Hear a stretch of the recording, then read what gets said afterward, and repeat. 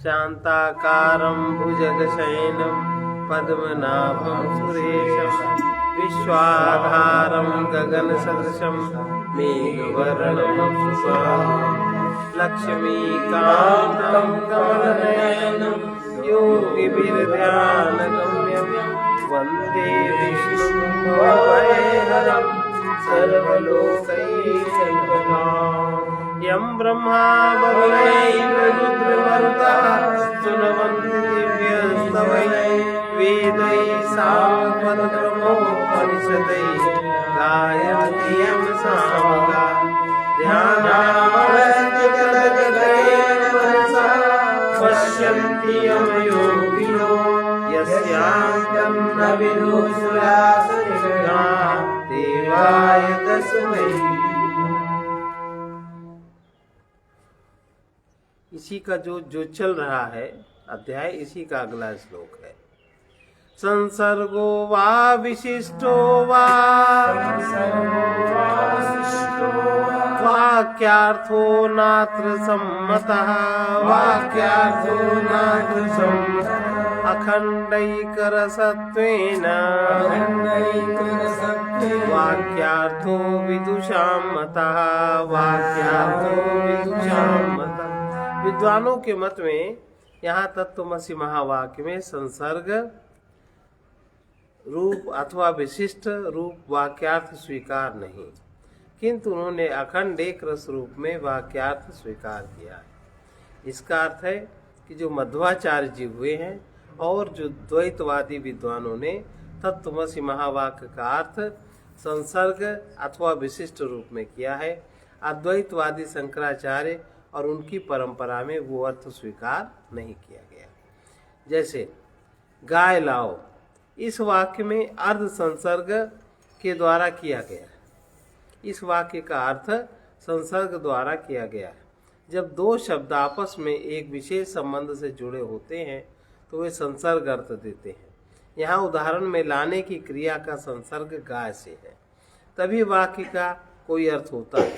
गाय और लाने की क्रिया पृथक रहकर कोई अर्थ नहीं दे सकती। तत् और त्वम में इस प्रकार का संसर्ग संबंध नहीं है। इसका कारण यह है कि तत्पद जिस ब्रह्म को लक्षित करता है, त्वम पद भी उसी ब्रह्म को लक्षित करता है और ब्रह्म अखंडेक रस है, उसमें किसी प्रकार का कोई भेद नहीं। जब दो पदों में विशेष से विशेषण का संबंध होता है तो उसका विशिष्ट अर्थ लगता है। जैसे नीलोत्पल में नील विशेषण है और उत्पल कमल विशेष है। इस उदाहरण में कमल केवल नीला है और पीला या लाल नहीं है, और नीलापन केवल कमल का है, किसी पक्षी या पत्थर का नहीं है। इस प्रकार दोनों शब्द एक दूसरे की विशेषता बताते हैं। अतः नीलोत्पल का विशिष्टार्थ यही है कि कमल नीले रंग का है, अन्यथा नहीं है। विशिष्टता बताने वाले दो पदों का संबंध दो प्रकार का होता है। यहाँ एक पद दूसरे का विशेषण होता है और जहाँ दोनों पद एक दूसरे के विशेषण होते हैं। प्रथम प्रकार का उदाहरण दंडी देवदत्त, यहाँ केवल दंडी शब्द देवदत्त का विशेषण है। नीलोत्पल दूसरे प्रकार का दृष्टांत है, इसमें दोनों पद एक दूसरे के विशेषण है। दंडी देवदत्त में विशिष्ट संबंध है और नीलोत्पल में संश्लिष्ट संबंध है। तत्त्वमसि महावाक्य के पदों में ऐसा कोई संबंध नहीं है, न उसमें विशिष्ट संबंध है न उसमें संश्लिष्ट संबंध है। अखंड एक रस तत्व में इन संबंधों को कोई भी अवसर नहीं है। इसलिए भाग त्याग लक्षणावृत्ति से ही इस महावाक्य का अर्थ स्वीकार है। प्रत्यक बोधो या भाति सुद्वयानंद लक्षण अद्वयानंद रूपश्च प्रत्यक बोधैक लक्षण जो प्रत्यक्ष रूप से भाषित होता है, माने जो आंतरिक रूप से भाषित होता है, वो अद्वय आनंद रूप है। और जो अद्वय आनंद रूप है वही प्रत्येक बोध लक्षण वाला है। हम अपनी हृदय गुहा में जिस प्रत्येक चैतन्य या जिस अंतर चैतन्य का आत्म रूप से अनुभव करते हैं वही अद्वय ब्रह्म है, आनंद उसका लक्षण है। इसके विपरीत यह भी कहा जा सकता है कि जो अद्वय आनंद स्वरूप पर ब्रह्म है वही हम अपने अंदर प्रत्येक चैतन्य के रूप में आत्मा है। इसका तात्पर्य यह है कि हम जिस वस्तु को तुम कहते हैं वही तत् है, दोनों का सामान्याधिकरण है। जिसे हम हाथ कहते हैं वही कर है, वही पाणी है। नामों का भेद है किंतु नामी एक ही तत्व है। तत्वमेव त्वमेव तत्, वह तुम हो और तुम वह हो, ऐसा केवल उपनिषद में कहा गया। इत्थमन्योन्त तादात्म्य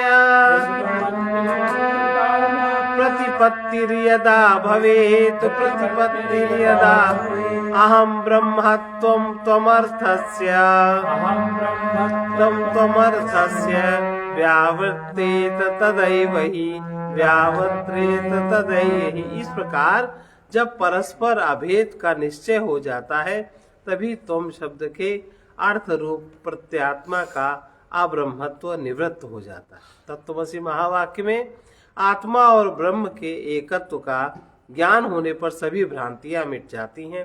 पहले यह भ्रांति थी कि मैं अन्य जीवों के समान एक जीव हूँ, ज्ञान होने पर जीव भाव मिट गया। पहले यह भी भ्रांति थी कि ब्रह्म कोई परोक्ष सत्ता है। अब आत्मा के रूप में ब्रह्म का अनुभव प्राप्त है, वो अपने से अभिन्न होकर उपलब्ध है। तदर्थस्य च पारोक्ष्यम् यद्देवं किं ततः शृणु, यद्देवं किं ततः शृणु पूर्णानन्दैकरूपेण प्रत्यगबोधोऽवतिष्ठते, प्रत्यगबोधोऽवतिष्ठते। यदि तत्पद के अर्थ रूप ब्रह्म की परोक्षता निवृत्त हो जाती है तो इससे क्या होगा? यदि ऐसा पूछते हो तो सुनो। ऐसा होने से प्रत्येक बोध स्वरूप आत्मा पूर्णानंद स्वरूप होकर विद्यमान रहेगा। आत्मा और परमात्मा के एकत्व का बोध होने से यह भ्रांति निवृत्त हो जाती है, यह भ्रांति समाप्त हो जाती है कि अपने से भिन्न कोई प्रबल दूसरी सत्ता है और हम उसके अधीन है अथवा हमारी पूर्णता में प्रतिबंधक है। जब हम यह देखते हैं एक अद्वितीय सदवस्तु हम स्वयं हैं, हमसे भिन्न कुछ नहीं, तो पूर्णता का अनुभव होना स्वाभाविक है और पूर्णता ही आनंद है। एवं सति महावाक्यात् परोक्ष ज्ञान मीड्यते, परोक्ष ज्ञान मीड्यते यस्तैषां शास्त्र सिद्धांत विज्ञातम शोभते तराम, विज्ञानम शोभते तराम। ऐसा होने पर जो लोग कहते हैं कि महावाक्य से परोक्ष ज्ञान ही होता है, उनका शास्त्र सिद्धांत का विज्ञान अत्यंत शोभित है। आचार्य उन लोगों के मत की निंदा करते हैं जो महावाक्यों से भी परोक्ष ज्ञान ही संभव मानते हैं। वस्तुतः उन्हें शास्त्र सिद्धांत का यथार्थ ज्ञान नहीं। यदि गुरु परंपरा से उपनिषदों का ज्ञान प्राप्त हो तो उसका वास्तविक तात्पर्य समझ में आता है, और गुरु परंपरा से वास्तविक ज्ञान प्राप्त नहीं होता तो उसका वास्तविक तात्पर्य केवल पढ़ने से समझ में नहीं आता। अपरोक्ष ज्ञान के संबंध में जो भी संभावित शंकाएं हो सकती हैं उन सबका उत्तर अगले श्लोक में आचार्य जी देते हैं। आस्ताम शास्त्रस्य सिद्धांतो युक्त्या वाक्यात् परोक्षधि, युक्त्या वाक्यात् परोक्षधि स्वर्गादिवाक्यं वन्यैवं, स्वर्गादिवाक्यं वन्यैवं दशमे व्यभिचारता। शास्त्र का सिद्धांत कुछ भी रहे किंतु युक्ति से यही सिद्ध है कि महावाक्य से स्वर्ग आदि प्रतिपादिक वाक्यों की भांति परोक्ष ज्ञान ही होता है, ऐसा नहीं है। तुम 10वें पुरुष हो इत्यादि वाक्यों से उस नियम का व्यभिचार माने परिवर्तन है। सभी वाक्यों से परोक्ष ज्ञान होता हो ऐसा दृढ़ नियम नहीं है। स्वर्ग है, वैकुंठ है, नरक है, इन वाक्यों से केवल परोक्ष ज्ञान ही होता है। किंतु कुछ वाक्य ऐसे भी है जिनसे अपरोक्ष ज्ञान भी होता है। जैसे तुम 10वें पुरुष हो, सूर्य उदय हो रहा है, इसी प्रकार महावाक्य से आत्मा और परमात्मा की एकता का अपरोक्ष ज्ञान भी होता है। स्वतो अपरोक्ष जीवस्य ब्रह्मत्वमभिवाञ्छता नश्येत् सिद्धा परोक्षत्वम्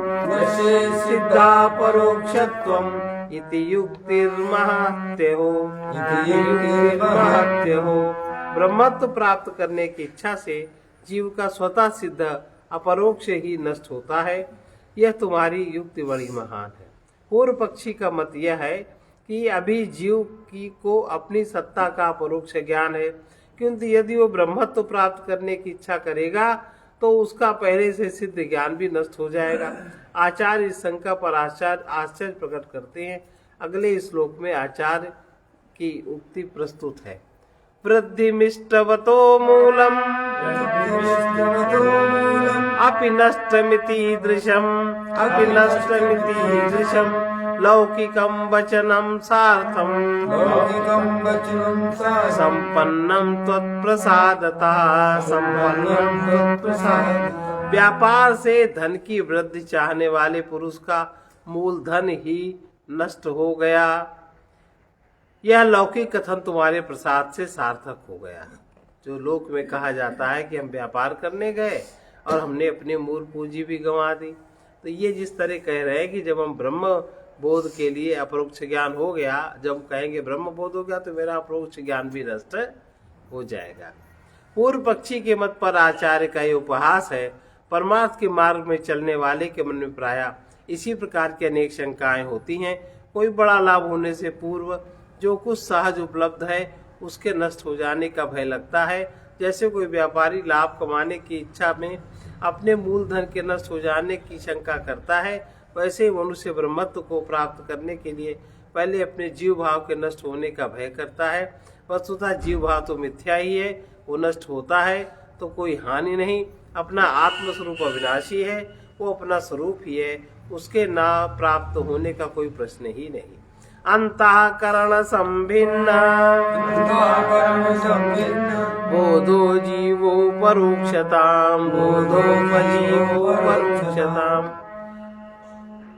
अंतःकरण संभिन्न बोधो जीवो अपरोक्षताम् अर्हत्युपाधि सद्भावात्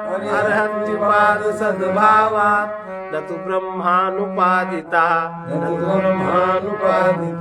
अंतःकरण सहित बोध रूप जीव अपने उपाधि के सद्भाव से अपना अपरोक्ष ज्ञान प्राप्त करने में सक्षम है, किंतु ब्रह्म निरुपाधिक होने के कारण अपरोक्ष ज्ञान योग्य नहीं है। ये दूसरी शंका लगा दी पूर्व पंक्षी ने।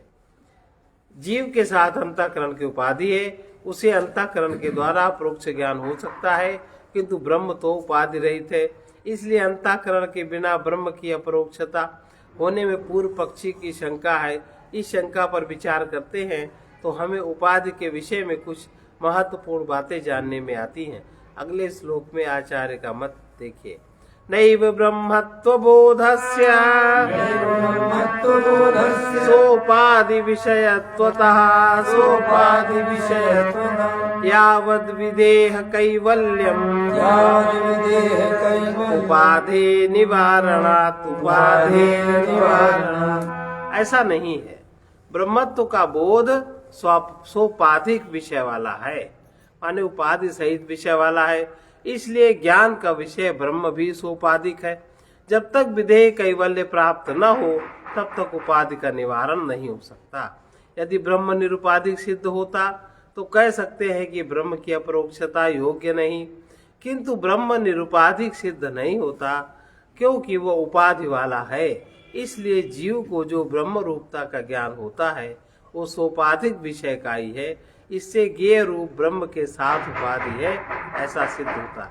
इस प्रकार जब ज्ञेय सोपाधिक है तो उसका ज्ञान भी सोपाधिक है। सोपाधिक का अर्थ होता है उपाधि सहित, कोई न कोई उपाधि लगी। जब तक विदेह मुक्ति प्राप्त नहीं होती और तीनों शरीरों की सब उपाधियां समाप्त नहीं होती, स्थूल शरीर, सोम शरीर, कारण से ज्ञान होगा, शरीर तो तीनों रहेगी तो उपाधियां भी रहेगी। तो उपाधि के अनुसार ही तो ब्रह्म ज्ञान हुआ, उपाधि के क्रम से। तो जब तक तीनों शरीर की सब उपाधियां समाप्त नहीं होती तब तक जीव के साथ उपाधियां तो विद्यमान है। उसका ज्ञान भी सोपाधिक है। जैसे जीव उपाधि वाला है उसी प्रकार ब्रह्म भी उपाधि वाला है। जैसे जीव अपरोक्ष ज्ञान योग्य है उसी प्रकार ब्रह्म भी अपरोक्ष ज्ञान योग्य है। फिर भी अंतर इतना अवश्य है कि जीव और ब्रह्म की उपाधियां अलग अलग प्रकार की हैं। अंतःकरण साहित्य राहित्याभ्याम विशिष्यते उपाधिर्जीव भावस्य ब्रह्मतायाश्च नान्यथा ब्रह्मतायाश्च नान्यथा। जीव भाव और ब्रह्म भाव की उपाधि, जैसे कहते अभी जीव है फिर कहेगा मैं ब्रह्म हूं, तो उपाधि रही ना, या यह ब्रह्म है उपाधि रही, यह तो रहेगा नहीं, हम आत्मा है ऐसे तो उपाधि बोलेगा। तो इसी प्रकार से जीव भाव ब्रह्म भाव की उपाधि अंतःकरण के सहित और अंतःकरण के रहित के कारण ही है। दोनों में अन्य किसी प्रकार का भेद नहीं है। अभी तक यह आश्चर्य लग रहा था कि आचार्य ब्रह्म की में उपाधि कैसे स्वीकार कर रहे हैं। यहाँ आकर स्पष्ट हो गया कि ब्रह्म की उपाधि निषेधात्मक है। वही ब्रह्म तत्व जब अंतःकरण की उपाधि सहित है तो वही जीव कहलाता है, और जब वो उपाधि नहीं होती तो वो ब्रह्म कहलाता है। तात्पर्य यह है कि उपाधि रहित जीव है, उपाधि सहित जीव है और उपाधि रहित ब्रह्म है। मैं देह हूं ये उपाधि है तो जीव है, और मैं देह नहीं हूं मैं ब्रह्म हूं तो ये ब्रह्म है। यही दोनों का अंतर है। ब्रह्म की उपाधि, ब्रह्म का उपाधि रहित होना ही उसकी उपाधि है। ये अभाव रूप उपाधि कैसी है इसको बता रहे हैं। यथा विविधु रूपाधि यथा विधि रूपाधि स्यात् प्रतिषेधस्तथा न किम स्यात् प्रतिषेधस्तथा न किम सुवर्ण लोह भेदेन शंखलात्वं न विद्यते शंखलात्वं न विद्यते। जैसे विधि रूप उपाधि होती है, यह है विधि रूप, वैसे निषेध रूप उपाधि क्यों नहीं होती? स्वर्ण और लोहे के भेद के कारण उनसे बनी श्रृंखलाओं में उनकी बांधने की शक्ति में कोई भेद नहीं आता। शास्त्र मत को समझने के लिए उपाधियों के भावात्मक और अभावात्मक भेद को समझने का प्रयास करना चाहिए। उपाधि की अपेक्षा से दो प्रकार की स्थितियां अवश्य हो सकती हैं। एक अवस्था में उपाधि होगी और दूसरी अवस्था में उपाधि नहीं होगी। उपाधि का ना होना निषेध रूप उपाधि है, उपाधि का होना विधि रूप उपाधि है। इन्हीं अवस्थाओं के भेद से उपाधियां भी दो प्रकार की हो गई। बुद्धि का स्वभाव ही सापेक्ष चिंतन करना है। सापेक्ष चिंतन माने जो सामने पदार्थ है वो उसी के अनुसार चिंतन करेगा, जो नहीं है उसका वो चिंतन नहीं कर सकता। यदि बुद्धि में प्रकाश का विचार आता है तो अंधकार के ना होने का भी विचार आता है, सापेक्ष है। निषेधात्मक विधेयात्मक विचार प्रकाश है और निषेधात्मक विचार अंधकार नहीं है, एक समान महत्व रखते हैं। निषेधात्मक विचार शून्य नहीं है। इसी प्रकार बुद्धि में सोपाधिक ब्रह्म के समान निरुपाधिक ब्रह्म का विचार भी आता है। बुद्ध के स्तर पर उपाधि का होना भी उपाधि है और उपाधि ना होना भी एक प्रकार की उपाधि है। इसलिए आचार्य दोनों प्रकार की उपाधियों को लौह और स्वर्ण श्रृंखलाओं के समान मानते हैं। अतद व्यावृत्ति रूपेण साक्षात् विधि मुखेन च वेदान्तानां प्रवृत्तिः स्यात् विधेत् आचार्य भाषितम् स्यात् विधेत्याचार्य भाषितम्। आचार्य का कथन है कि ब्रह्म निरूपण में उपनिषदों की प्रवृत्ति दो प्रकार से है, आतद व्यावृत्ति रूप से और साक्षात विधि रूप से। यहाँ आचार्य से तात्पर्य है शंकराचार्य। शंकराचार्य जी के मत के अनुसार उपनिषदों में ब्रह्म का निरूपण दो प्रकार से किया गया, विधि मुख से और निषेध मुख से। तत् ब्रह्म है और अतत जगत है। जगत का निषेध करने में जो शेष रहता है वो ब्रह्म है। स एष नेति नेत्यात्मा, ये हो गया विधि मुख। जैसे तत् ब्रह्म है और अतत जगत है। जगत का निषेध करने से जो शेष रहा, जो बचा, वो ब्रह्म है। स एष नेति नेत्यात्मा, वो यह नेति नेति आत्मा है बृहदारण्यक उपनिषद में। नेति यह नहीं, 2 बार नेति कहकर स्थूल और सूक्ष्म जगत का निषेध कर आत्मा की ओर संकेत किया गया। क्या कहा गया? अदृश्यम। आत्मा क्या है? अदृश्यम, अव्यवहार्यम, अग्राह्यम, अलक्षणम, अचिंत्यम, अविदेश्यम आदि। यह कहकर ये मांडूक्य उपनिषद का वाक्य है, ब्रह्म का निषेध मुख से निरूपण हुआ। इसके अतिरिक्त सत्यम ज्ञानम अनंतम ब्रह्म, तैत्तिरीय उपनिषद के 2 अध्याय का पहला मंत्र है, ब्रह्म सत्य ज्ञान और अनंत है। इस प्रकार का निरूपण विधि मुख से हुआ। ब्रह्म सत्य है, ज्ञान है, अनंत है, ये है विधि मुख। और जो अदृश्य है, अव्यवहार्य है, अग्राह्य, अलक्षण, अचिंत्यम, अविदेशम, ये है निषेध मुख से ब्रह्म का वर्णन है। अहमर्थ परित्यागात् अहम ब्रह्मेति धीकुतः, अहम ब्रह्मेति धीकुतः, नैव मंसस्य हि त्यागो, नैव मंसस्य हि त्यागो, भाग लक्षण योदिता, भाग लक्षण योदिता। प्रश्न कर रहे हैं फिर से, मैं शब्द का अर्थ, मैं शब्द का अर्थ छोड़ दीजिए। परित्याग करने से मैं ब्रह्म हूं ये ज्ञान कैसे होगा, ये पूछ रहा है। अब इसका उत्तर दे रहे आचार्य कि ऐसा नहीं है। भाग त्याग लक्षणा अहम के एक अंश का त्याग कहती है। जीव के अहंग में कूटस्थ आत्मा, अहम वृत्ति और चिदाभास का संयोग है। कूटस्थ आत्मा भी अपने को अहंग कह रहा है, और अहंग वृत्ति, अहंग जो वृत्ति उत्पन्न हुई, और जो चिदाभास, इनका संयोग है। भ्याग त्याग लक्षणा से अहंग वृत्ति और चिदाभास का तो त्याग करना है, तो शेष रहा कूटस्थ आत्मा। कूटस्थ का त्याग हो नहीं सकता, क्योंकि अहम वृत्ति भी असत है और चिदाभास भी असत है, उसका त्याग हो ही नहीं सकता। जड़ अहंग वृत्ति और चिदाभास का ही त्याग हो सकता है। सुषुप्त इसका प्रमाण है। कूटस्थ आत्मा का अहंग भाव ही ब्रह्म है। इसलिए शुद्ध आत्म भाव में स्थित रहकर हम अहम ब्रह्मास्मि का अनुभव कर सकते हैं। अंतःकरण संत्यागात् अवशिष्टे चिदात्मनि, अवशिष्टे चिदात्मनि, अहं ब्रह्मेति वाक्येन, अहं ब्रह्मेति वाक्येन, ब्रह्मत्वं साक्षिणीक्ष्यते, ब्रह्मत्वं साक्षिणीक्ष्यते। अंतःकरण का त्याग करने से, अंतःकरण में ही जड़ अहंग वृत्ति उत्पन्न होती है, और अंतःकरण में ही चिदाभास का आभास भी होता है। तो अंतःकरण की वृत्ति का ही त्याग कर दो। मन बुद्धि चित्त अहंकार मैं नहीं हूं। अब क्या बचा? कूटस्थ ही तो बचा। इसमें जो भी क्रिया होती है, मन में मैं हूं, इसी में चिदाभास होता है, और ये सब मैं नहीं हूं। अब जो बचा केवल साक्षी बचा, कूटस्थ बचा, तो अंतःकरण का त्याग करने से अवशेष रहे चिदात्मा रूप साक्षी में अहम ब्रह्मास्मि वाक्य से ब्रह्मत्व अनुभव में आता है। ये बहुत सरल स्पष्ट है।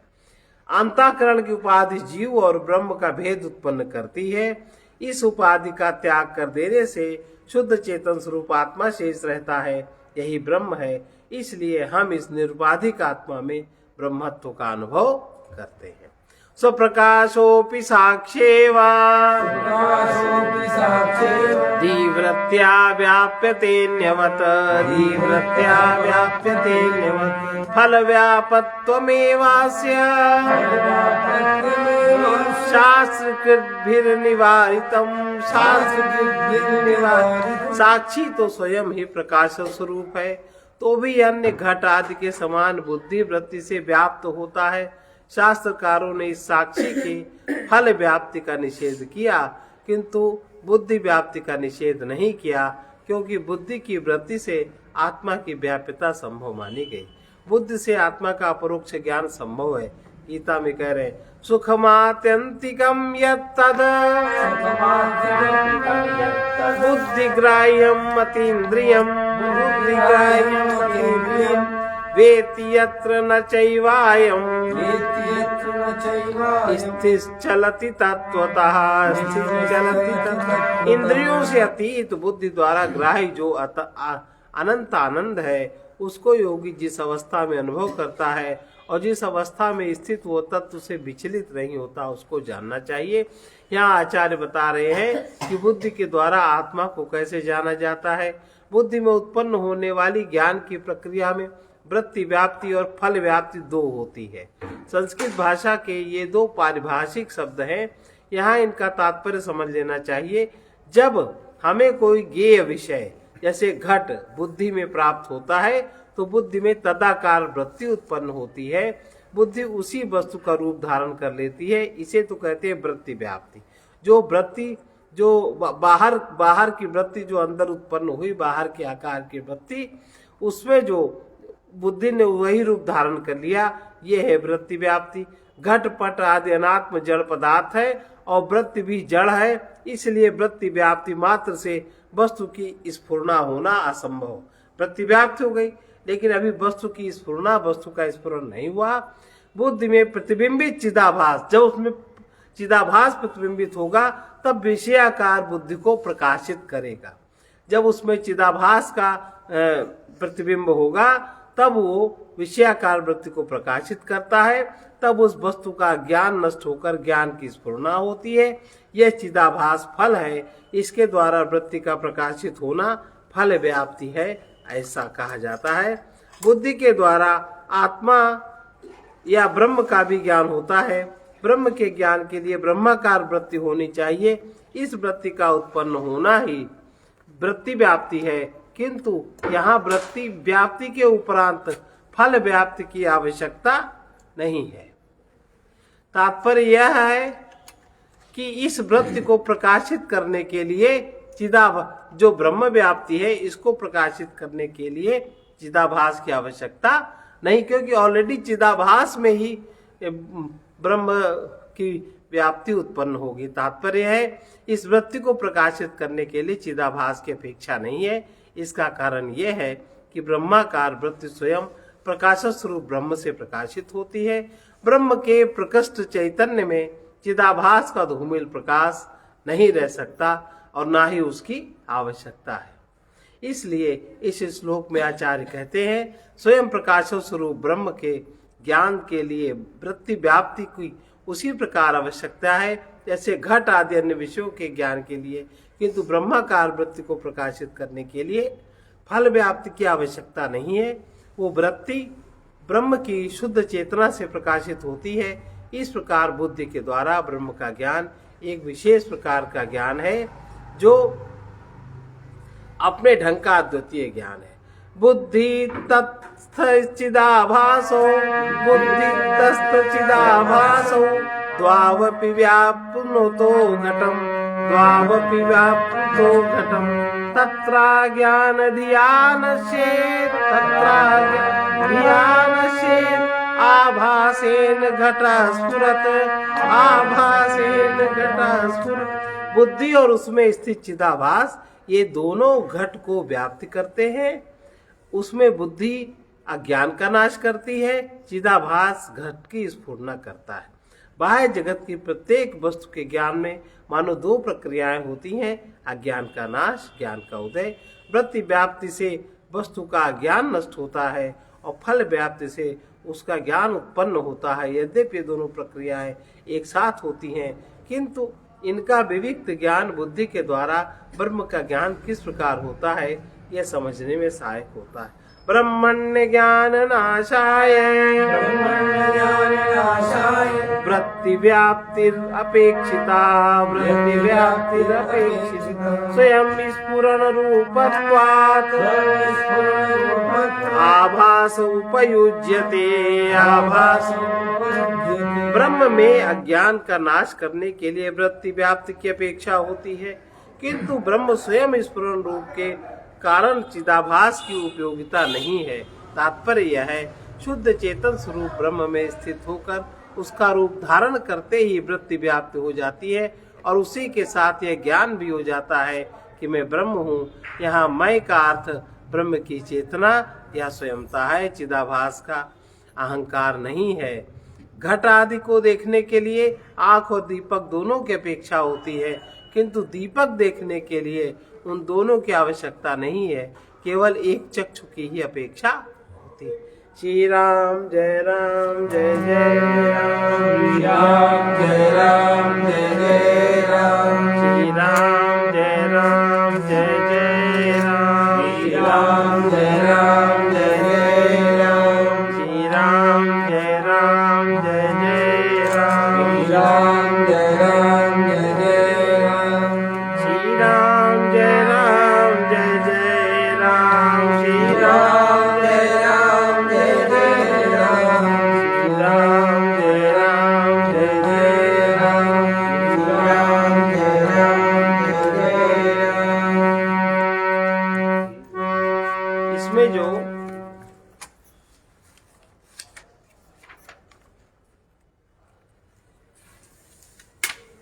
पिछले सत्संग का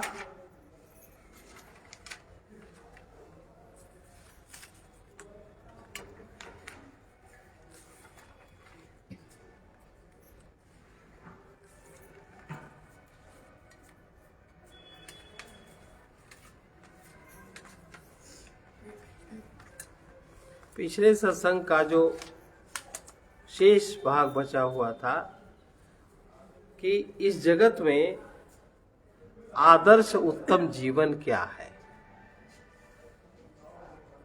उसी का आगे कर रहे हैं।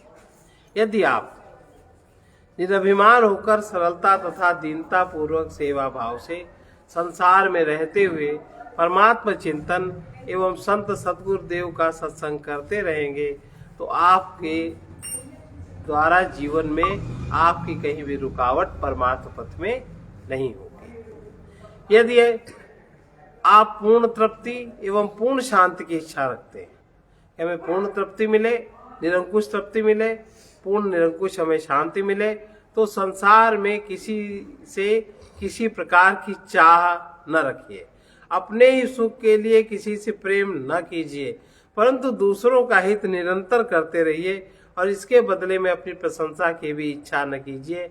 ऐसा करने से आपको प्रेम के दैवी दूत घेरे रहेंगे और आपकी प्रकृति को दिव्य प्रेम से ओतप्रोत कर देंगे।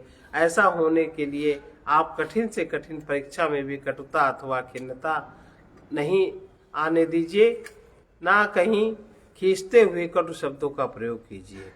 किसी के क्रोध को शांति से, उपहास एवं निंदा को धैर्य से, द्वेष को अपने प्रेम से ही जीतते चलिए। ऐसा करने से ही आप अपने को महत्ता से अभिभूषित परम शांति में जीवन से सदा के लिए सुरक्षित पाएंगे।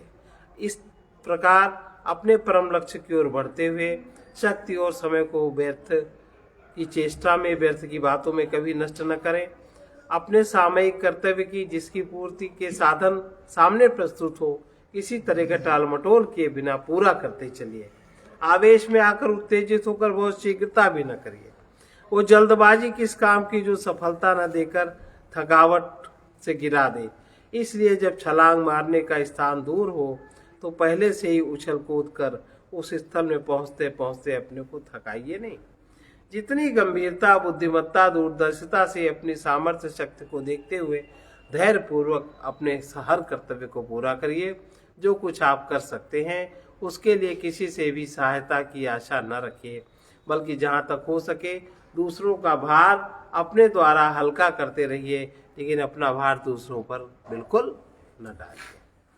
आप रात्रि में तभी सुख की नींद सो सकते हैं जब दिन में अनाचार, भ्रष्टाचार, व्यभिचार, कुविचार युक्त कुकर्मों से बचे रहकर केवल सदाचार, धर्माचार, सुविचार युक्त सुकर्मों को ही स्थान देंगे।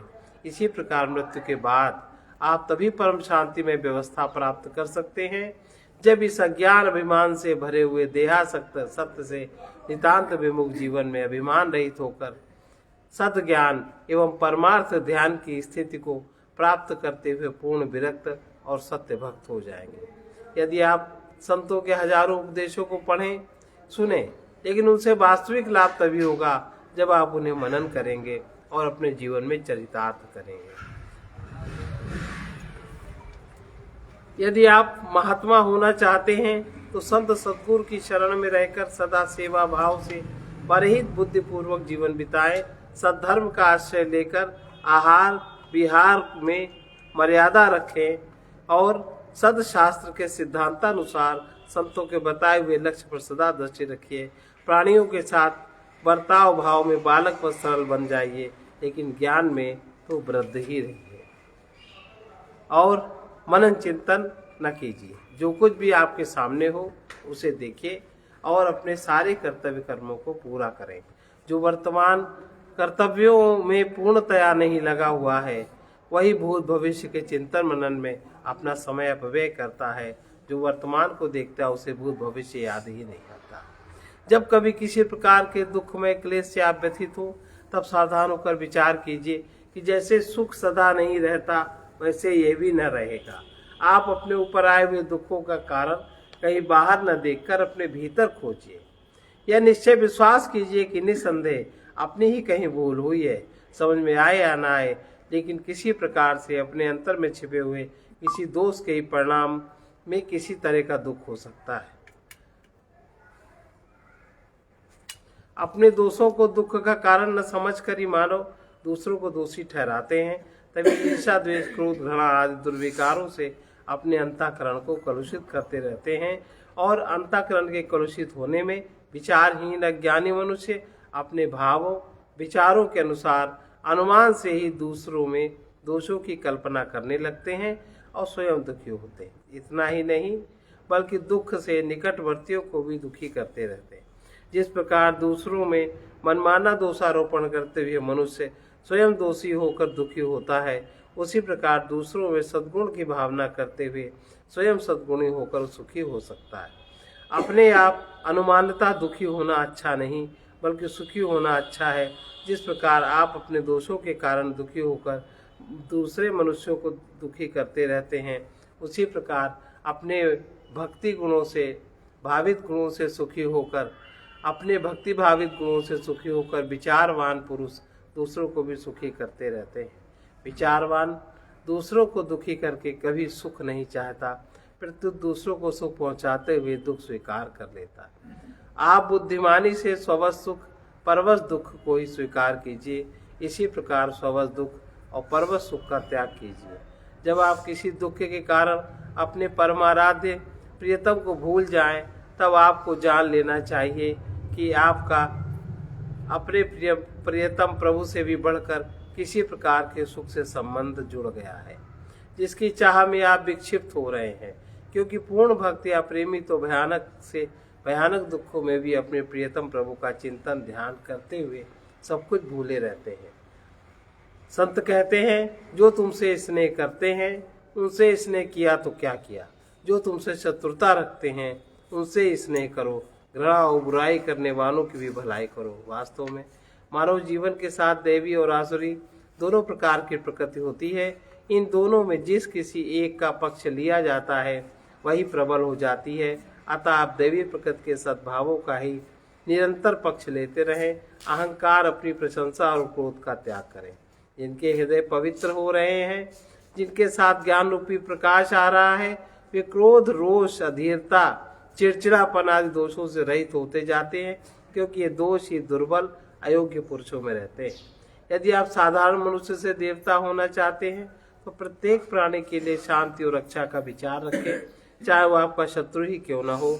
ईर्ष्या का उत्तर ईर्ष्या से न दें, वरन उस पर कृपा करें। ईर्ष्या तुच्छ दीन और अंधी हीन है। प्रेम महान धीमान दूरदर्शी और आनंददायक है। जैसे जैसे मनुष्य दूसरों की बुराई छोड़ता जाता है, वैसे वैसे वो स्वयं पापों क्लेशों से मुक्त भी होता जाता है। इस बात को कोई कोई ही जानता है। इसलिए दूसरे आपके लिए चाहे जितने कटु शब्दों का प्रयोग करें, आप उन शब्दों को अपने से मत जोड़िए, बुरा न मानिए। जितने कटु शब्दों का प्रयोग करें आप बुरा न मानिए। जो आपसे घृणा करें, आत्मदमन ज्ञान वृद्धि के द्वारा उनसे स्नेह भाव अपने अंदर स्नेह भाव ही रखना सीख लीजिए। दूसरों की दशा समझने के लिए प्रथम ही उनके विषय में बुरे विचार न बांध लीजिए। उनसे सहानुभूति रखने के लिए पहले निष्पक्ष होकर उनकी दशा समझिए। अपना विचार भूलकर दूसरों का विचार करना, इसी को सहानुभूति कहते हैं। वास्तव में जो जितना दयावान है उतना ही वो शक्तिशाली और बुद्धिमान है। प्रेमी के मत में शक्ति की शोभा रक्षा करना है, न कि नाश करना है। जीवन सब में एक है, केवल शक्ति और बुद्धिमत्ता में न्यूनाधिकता के कारण प्राणियों में भेद है। जीवन सब में एक है, केवल शक्ति और बुद्धिमत्ता में न्यूनाधिकता के कारण प्राणियों में भेद है। मनुष्य सर्वत्र इस मिथ्या विश्वास से जब तक धोखा खाते हैं तब तक वो अपना सुख दूसरे मनुष्यों के दूसरे पदार्थों पर निर्भर रखते हैं। इसलिए वे सदैव निराशा, शोक और पश्चाताप से घिरे रहते हैं।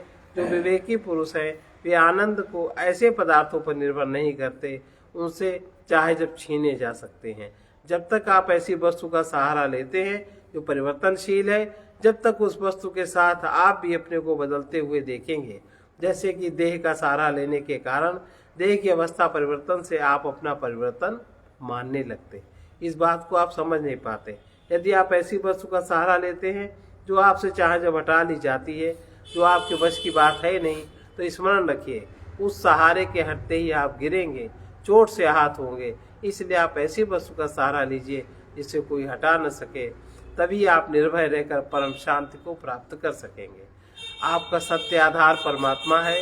उस परमाधार के सहारे स्थिर होने के लिए आप अपने हृदय में उतरिए, वहां अपना अधिकार संभालिए। इस हृदय प्रदेश में जब आप चिन्मात्र आत्मा रूप परमात्मा के सहारे स्थित है, तब आप सच्चे स्वामी हैं। और जब इस अपने मुख्य धाम के बाहर पराश्रय लेकर भ्रमण करते हैं, तब सर्वत्र परतंत्र और दास है। अज्ञान के कारण पर पदार्थ का आश्रय लेने से जो कष्ट प्राप्त होता है, उससे बढ़कर शिक्षाप्रद पवित्र कारक दंड नहीं। और स्वानुभव के द्वारा अनुभूत होने वाले हृदय स्थित चिन्मय पुरुष का आश्रय लेने से जो सत्यबोध प्राप्त होता है, उससे बढ़कर और कोई शांति लाभ भी नहीं है। देहे अस्ति मांस रुधिरे अभिमतिम त्यजतम, देहे अस्ति मांस रुधिरे अभिमतिम त्यजतम, जाया सुतादिषु सदा ममतां विमुञ्च, जाया सुतादि सदा ममतां विमुञ्च, पश्यानिशं जगदिदं क्षणभङ्गनिष्ठं, पश्यानिशं जगदिदं क्षणभङ्गनिष्ठं, वैराग्य रसिको भव भक्ति निष्ठा, वैराग्य रसिको भव भक्ति निष्ठा। अस्थि, मांस और रुधिर आदि पदार्थों से बने हुए इस शरीर के प्रति अहंता को त्याग दो। स्त्री, पुरुष और अन्य कुटुंबी परिवार वालों से ममता मत रखो। इस क्षण भंगुर असार संसार की वास्तविक स्थिति को समझते हुए वैराग्य से प्रेम करने वाले सदा भक्तिनिष्ठ होकर ही जीवन बिताओ। वो नर बड़ भागी हैं जिनको निज जीवन लक्ष्य का ज्ञान मिला, वो नर बड़ भागी हैं जिनको निज जीवन लक्ष्य का ज्ञान मिला, अभिमान मिटा नश्वर तन का, अभिमान मिटा नश्वर तन का, परमात्म तत्व का ध्यान मिला, परमात्म तत्व का ध्यान मिला।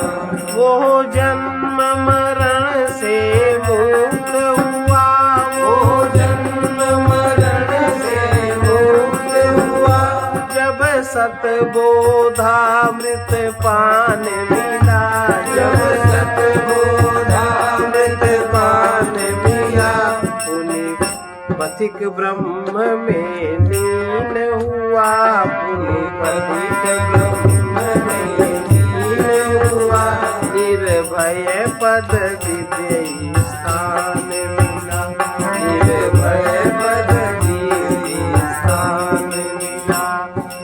वही नर बड़ भागी जिन्हें निज जीवन लक्ष्य का ज्ञान मिला, वही नर बड़ भागी जिन्हें निज जीवन लक्ष्य का ज्ञान। मानव मोह नींद से जागो, मानव मोहनीत से जागो मानव मोहनीत से जागो मानव मोहनीत से जागो सब कुछ छूट जाने के पहले सब कुछ छूट जाने के पहले दुखद मृत्यु आने के पहले मृत्यु आने के पहले निजको बंधन मुक्त बना लो निजको बंधन मुक्त बना लो गुरुजन के संग लागो मानव मोहनीत से जागो मानव मोहनीत से जागो जग में कितने ही सुख देखे जग में कितने ही सुख देखे सुख के पीछे ही दुख देखे उसके पीछे ही दुख देखे अब यदि शांति चाहते हो तो अब यदि शांति चाहते हो तो सब दोषों को जागो मानव मोहनीत से जागो मानव मोहनीत से जागो धन धन को अपना मत मानो धन धन को अपना मत मानो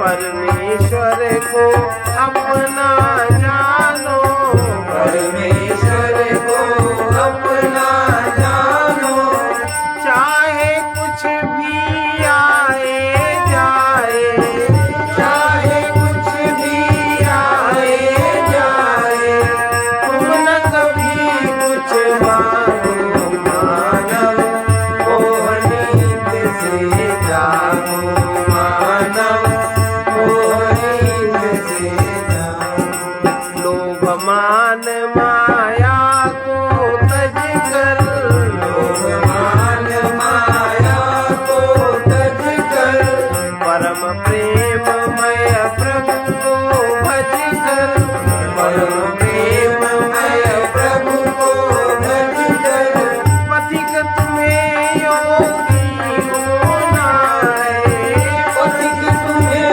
योगी होना है भोग भूमि से भागो मानव मोहनीत से जागो मानव मोहनीत से जागो मानव मोहनीत से जागो संत वचन है मोह नींद से जागना ही सत्य दर्शन का मुहूर्त है।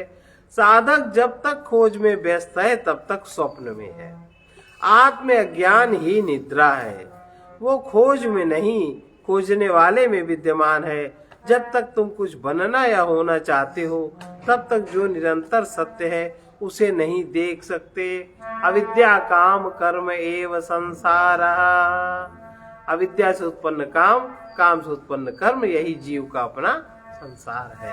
सर्वे भवन्तु सुखिनः सर्वे भवन्तु सुखिनः सर्वे सन्तु निरामयाः सर्वे सन्तु निरामयाः सर्वे भद्राणि पश्यन्तु सर्वे भद्राणि पश्यन्तु मा कश्चित् दुःखभाग् भवेत् कश्चित् दुःखभाग् भवेत् असतो मा सद्गमय असतो मा सद्गमय तमसो मा ज्योतिर्गमय तमसो मा ज्योतिर्गमय मृत्योर्मामृतं गमय मृत्योर्मामृतं गमय ॐ पूर्णमदः पूर्णमिदं पूर्णात् पूर्णमुदच्यते पूर्णस्य पूर्णमादाय पूर्णमेवावशिष्यते। ॐ शान्ति शान्ति शान्तिः।